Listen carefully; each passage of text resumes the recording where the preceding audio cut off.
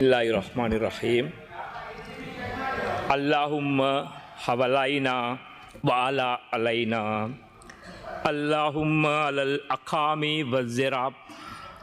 யா அல்லாஹ், இன்று இங்கே தோன்றிருக்கும் மோசமான இந்த காலநிலை மழையை மக்கள் வசிக்காத நீர்த்தேற்றங்கள் உள்ள சுற்றுப்புறத்துக்கு அனுப்புவாயாக ஆமீன்.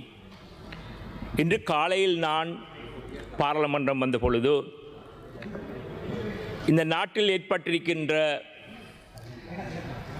சீரற்ற காலநிலையை பற்றி பேசிக்கொண்ட பொழுது அரசாங்கத்தில் இருக்கின்ற கௌரவ அமைச்சர் பிமல் ரத்நாயக் அவர்கள் என்னை பார்த்து சொன்னார்.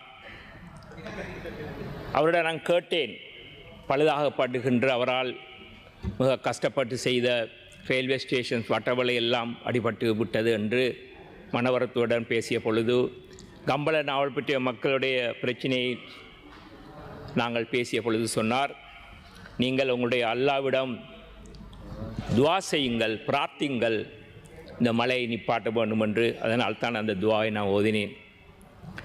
අද දින පාර්ලිමේන්තුවේ මම ආපු අවස්ථාවේ සභානායක ගරු බිමල් රත්නායක අමාත්‍යතුමාත් සමග මෙතන ඉඳලා කතා කරනකොට මම කිව්වා මේ ලස්සනට හදපු බටවල දුම්රිය ස්ථාන ගම්පල නාවල්පිටියේ ජනතාව නැවතත් දුක්ඛිත ජීවිතයක්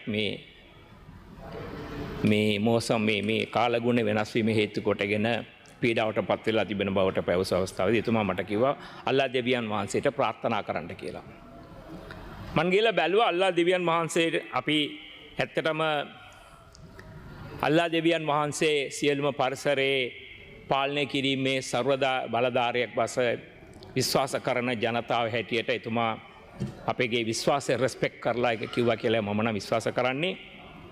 මම මේ පිළිබඳව තියෙන ආයාචනාව කියවලා බැලුවා. අල්ලාහුම්මා හවලයිනා වලා අලයිනා අල්ලාහුම්මා අලා අකාමි වස්සිරාබ්. ඒක කියන්නේ හරි ලස්සනයි. ගරු මුලාසුන මන්ත්‍රීතුමනි, එතන කියන්නේ දෙවියන් වහන්සේගෙන් අපි ආචාරා කරනවා මේ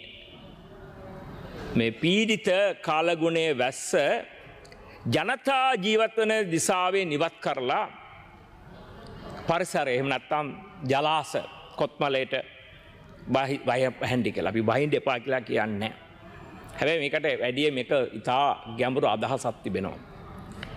අල්ලා දෙවියන් වහන්සේ හෝ වේවා, තම තමන් විශ්වාස කරන ස්වභාවය පිළිබඳ විශ්වාස කරන ආගමක් විශ්වාස නොකරන පුද්ගලයෙක් හෝ වේවා, එහෙම නැත්නම් ක්‍රිස්තු ධර්මය, හින්දු ධර්මය, ඕනෑම ධර්මයක් විශ්වාස කරන පුද්ගලයෙක් හෝ වේවා, අපි විශ්වාස කරනවා මේ ලෝකය මේ ජීවීන් ජීවත් වීම සඳහා සුදුසු පරිසරයක් මත තමයි හදලා තියෙන්නේ. ජලාශ තිබිය යුතුයි. ඒ ජලාශ වලට වැස්ස ලැබිය යුතුයි.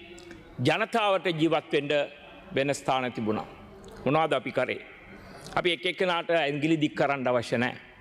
ඒ අපේ ආයාචනා කියන්නේ වැස්ස නවත්තන්න කියලා අපි කියන්නේ. වැස්ස අප ජනතාව වැසෙන ප්‍රදේශයෙන් වත් කරලා ඒ ජලාශ වලට වස්සවන්න කියලා තමයි කියන්නේ. ඇත්තට වෙලා තියෙන්නේ අද පවා සර්වදාරී අල්ලා දෙවියන් වහන්සේ හෝ පරිසරය අසාධාරණයක් කරලා නැහැ.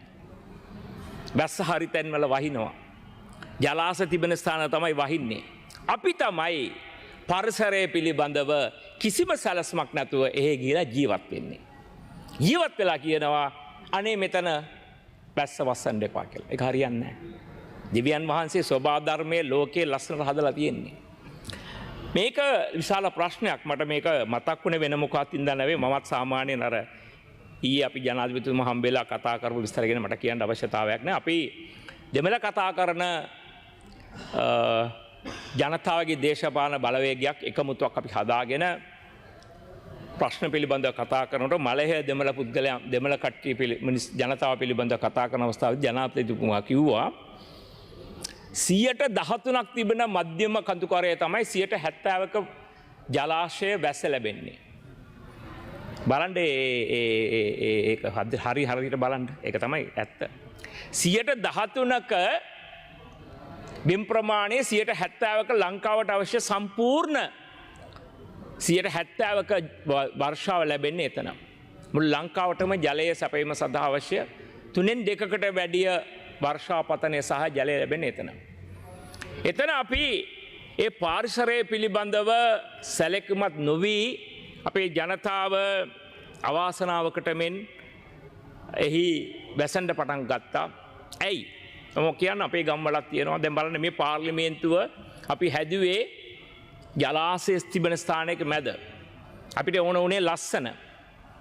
නමුත් අපි පරිසරය ගැන හිතුවා. හැබැයි ඒ කාලේ මම හිතන්නේ ජපාන් විශේෂඥ පරිසරය ගැන හිතලා තමයි වෝටර්සෙජ් ප්‍රදේශයේ මෙතනින් ජලාශය රැඳීම සඳහා තිබුණු ස්ථාන ටික ඒක කම්පන්සේට් කරන්න මෙහෙන් ඉවත් කරපු ටික එතනින් කරන්න ඒක ලබා දීලා හැම කෙනාටම දන්නවා අර වෝටර්සෙජ් ප්‍රසිද්ධ නඩුවේ එතන අර ගොල්ෆ් එක තියන්න පටන් ගෙන ඊට පස්සේ ඒක ප්‍රයිවටයිස් කරාට පස්සේ එතන අවශ්‍ය වෙලා තිබුණේ එතන හිටපු ජනතාව ඉවත් කරේ ඒගොල්ලන්ට වෙන ස්ථානයක් දීලා මෙතනින් එන ජලයේ ඒ ඝන ප්‍රමාණය එතන නවත්ත ගන්න තමයි ඒක දුන්නේ.